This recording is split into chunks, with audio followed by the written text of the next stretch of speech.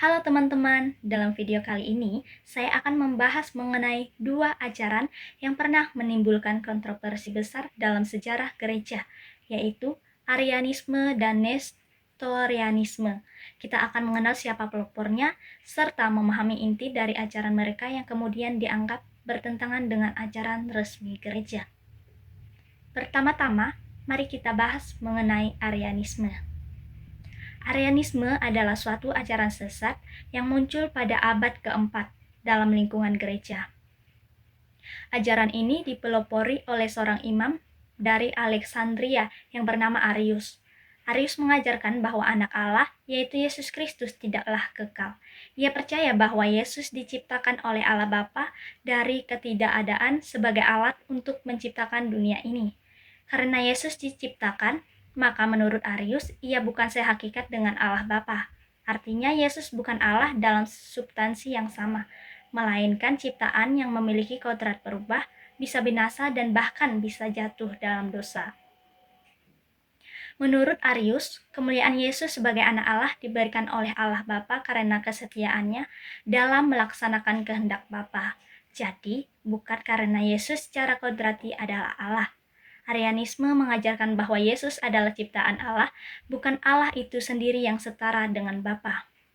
Arius bahkan menyatakan bahwa ada saat ketika dia tidak ada, yang berarti Yesus tidak ada sejak kekekalan. Paham ini tentu saja bertentangan dengan ajaran Trinitas, yaitu bahwa Bapa, Anak, dan Roh Kudus adalah satu dalam hakikat, namun berbeda dalam pribadi. Dalam Arianisme, Yesus dianggap tidak memiliki keilahian yang sama dengan Bapa. Maka dari itu, tidak ada kesetaraan antara Yesus dan Allah dalam hal kehendak maupun kekuasaan. Ajaran ini muncul pada saat gereja sedang berusaha merumuskan doktrin Kristologi, yaitu pemahaman tentang siapa Yesus itu sebenarnya. Arius menggunakan beberapa ayat Alkitab, salah satunya Yohanes bab 14 ayat 28, di mana Yesus berkata, "Bapa lebih besar daripada aku," sebagai dasar bagi ajarannya. Namun, pandangan ini mendapat perlawanan yang sangat kuat dari banyak pemimpin gereja pada masa itu. Salah satunya adalah Athanasius dari Alexandria. Athanasius bersikeras bahwa ajaran Arianisme bertentangan dengan iman Kristen sejati yang mengakui keilahian Yesus Kristus dan kesatuannya dengan Allah Bapa. Untuk merespon ajaran ini, pada tahun 325 Masehi diadakan Konsili Nisea. Dalam konsili ini, para pemimpin gereja menghasilkan pengakuan iman Nisea yang menyatakan bahwa Yesus Kristus adalah sehakikat dengan Bapa, atau dalam bahasa Yunani disebut homoousios. Ini berarti Yesus dan Bapa memiliki substansi ilahi yang sama, dan dengan demikian Yesus adalah Allah yang kekal. Meskipun Konsili Nisea telah menolak Arianisme secara resmi, ajaran ini tetap bertahan dalam beberapa kalangan dan bahkan didukung oleh beberapa kaisar Romawi. Hal ini menyebabkan konflik yang panjang dalam tubuh gereja dan menjadi salah satu faktor besar dalam pembentukan doktrin Trinitas yang pada akhirnya diakui oleh gereja Kristen Ortodoks. Selanjutnya, mari kita bahas mengenai Nestorianisme. Nestorianisme adalah ajaran yang dikembangkan oleh Nestorius, seorang uskup dari Konstantinopel.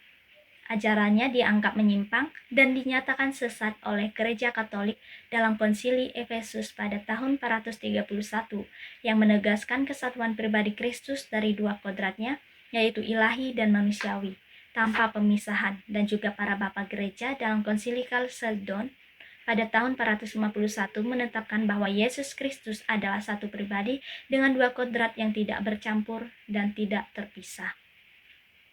Nestorius mengajarkan bahwa dalam diri Kristus terdapat dua tabiat atau dua kodrat, yaitu tabiat ilahi dan tabiat manusiawi, yang benar-benar terpisah dan tidak bersatu. Menurut Nestorius, kedua tabiat ini berdampingan dalam diri Kristus tetapi tidak bercampur. Akibat dari pandangan ini, ia menolak gelar Maria sebagai Bunda Allah atau Theotokos, lebih memilih menyebut Maria sebagai Bunda Kristus atau Christotokos, karena menurutnya Maria melahirkan aspek manusia dari Kristus, bukan aspek ilahinya. Nestorius berpendapat bahwa Allah yang ilahi tidak mungkin menderita di kayu salib karena Allah itu maha kuasa dan tidak berubah.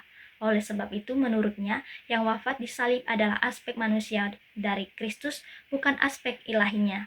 Ini tentu saja menimbulkan kontroversi besar di kalangan gereja, karena ajaran resmi gereja menyatakan bahwa Kristus adalah satu pribadi dengan dua kodrat yang tidak terpisahkan.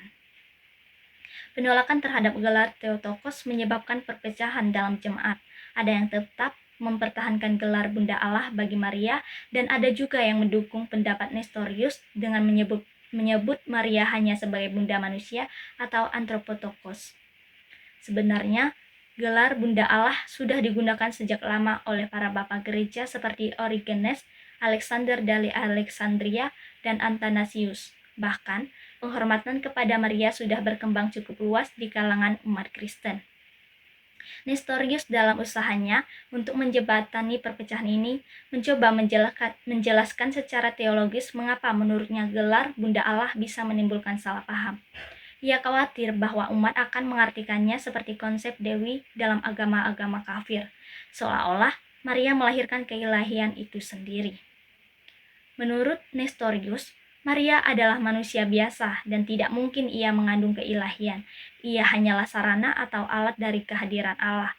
Karena itu, bagi Nestorius, gelar yang paling tepat untuk Maria adalah Bunda Kristus, sebab Kristus adalah Allah dan manusia pada saat yang sama.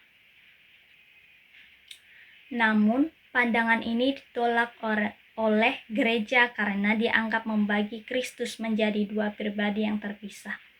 Gereja menegaskan bahwa Yesus Kristus adalah satu pribadi yang memiliki dua kodrat, ilahi dan manusiawi yang tidak terpisahkan.